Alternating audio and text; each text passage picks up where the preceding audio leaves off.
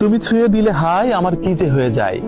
এই ফলটিকে একদমই ছোঁয়া যাবে না, কারণ এই ফলের গায়ে এবং পাতায় সেরোটোনিন থাকে, যেটা মূলত চুলকানি এবং জ্বালা পোড়ার কারণ হতে পারে। এ কারণেই এই ফলকে বলা হয় ভয়ানক সুন্দর ফল। দেখুন, তেঁতুলের মতো দেখতে হলেও এটি মূলত তেঁতুল নয়। ফ্যাবাসিয়া পরিবারভুক্ত এই ফলটির নাম হচ্ছে আলকুশি। কেউ কেউ চেনে বিড়াল খামচি বলে। এর ইংরেজি নাম হচ্ছে ভেলভেট বিন। আজ প্রায় 2000 বছর ধরে আয়ুর্বেদ শাস্ত্রে এটি ঔষধি ফল হিসেবেই ব্যবহার করা হয়ে থাকে।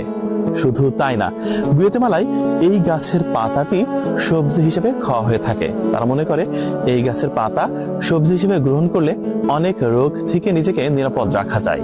দেখুন, দক্ষিণ আমেরিকায় এই ফলের বীজ কফির বিকল্প হিসেবে ব্যবহার করা হয়ে থাকে। শুধু কি তাই, ব্রাজিলে তো এই ফলের বীজ রীতিমতো কফি হিসেবেই ব্যবহার করা হয়।